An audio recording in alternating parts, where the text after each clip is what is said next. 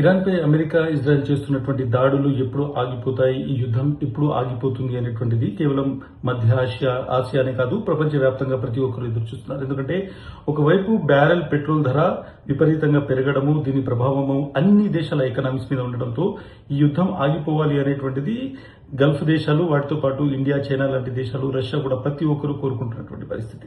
ఈ నేపథ్యంలో ఈ యుద్ధం ఎప్పుడు ఆగుతుంది అనేటువంటి దానికి ఇప్పటి వరకు సమాధానం దొరకట్లేదు. ముఖ్యంగా ట్రంప్ చెప్తున్నటువంటి సమాధానాలు చూస్తే ఖచ్చితంగా యుద్ధం అనేటువంటిది మరి కొన్ని వారాల పాటు కొనసాగేటువంటి ప్రమాదం కనిపిస్తుంది.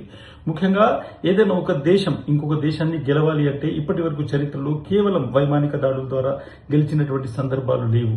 ఇప్పటి వరకు మనం చూసుకుంటే దాదాపు 10 రోజుల నుంచి యుద్ధం కొనసాగుతుంది. కొన్ని వేల వైమానిక దాడులు జరిగాయి, కొన్ని వేల మిసైల్ దాడులు కూడా ఇరాన్ మీద జరిగాయి. ఇరాన్ పూర్తిగా ఈ దాడులను కొంతవరకు ప్రతిఘటిస్తుంది, కొంత స్లోగా ఈ యుద్ధాన్ని చేయాలనేటువంటిది ఇరాన్ స్ట్రాటజీగా కనిపిస్తుంది. ఇరాన్ లో ఉన్నటువంటి ప్రభుత్వ నాయకత్వాన్ని మొత్తాన్ని తీసివేయడం అనేటువంటి ఒక టార్గెట్ గా ఇజ్రాయెల్, అదేవిధంగా అమెరికాకు సంబంధించినటువంటి యుద్ధ విమానాలు దాడులు నిర్వహిస్తున్నాయి.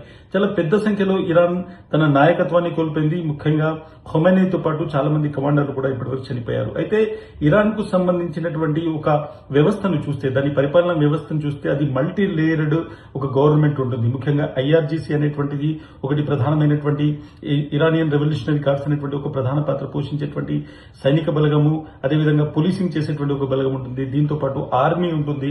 ఆర్మీతో పాటు ఒక సుప్రీం కౌన్సిల్ ఉంటుంది. ఆ కౌన్సిల్ అనేటువంటిది దేశానికి సంబంధించినటువంటి అత్యున్నత నిర్ణాయకమైనటువంటి వ్యక్తిని, సుప్రీం లీడర్ని ఎన్నుకుంటుంది. సో ఇంత మల్టీ లేయర్డ్ ఒక వ్యవస్థ, లీడర్షిప్ ఉన్నటువంటి దేశానికి సంబంధించినటువంటి నాయకత్వాన్ని తీసివేయడము, లేకుంటే దాన్ని పూర్తిగా తొలగించడం అనేటువంటిది కేవలం వైమానిక దాడు ద్వారా సాధ్యం కాదు అనేటువంటిది ప్రపంచవ్యాప్తంగా ఉన్నటువంటి యుద్ధాన్ని విశ్లేషించేటువంటి వాళ్ళు చెప్తున్నటువంటి మాట. సో అమెరికా ఒకవేళ ఇరాన్ దగ్గరికి వెళ్లి ఇరాన్ లో సైనిక శక్తిని భూభాగం నుంచి దాడి చేయాలి అనుకుంటే దాదాపు 500,000 అంటే 5 లక్షల మంది సైన్యాన్ని అమెరికా ఇరాన్ లోకి పంపించాల్సి ఉంటుంది. కానీ అమెరికాలో ఇప్పటికే పెద్ద ఎత్తున నిరసనలు వస్తున్నాయి. ఈ నేపథ్యంలో ఇంత పెద్ద ఎత్తున సైన్యాన్ని ఎక్కడికి పంపిస్తే ఇది ఎన్ని రోజుల పాటు యుద్ధం కొనసాగుతుంది అనేటువంటి ఒక క్వశ్చన్ కూడా వస్తున్నటువంటి నేపథ్యం. కాబట్టి మొత్తంగా చూసుకుంటే కనీసం మరి 1-2 వారాల పాటైతే యుద్ధం కొనసాగుతుంది అనేటువంటి పరిస్థితి చాలా స్పష్టంగా అర్థమవుతుంది.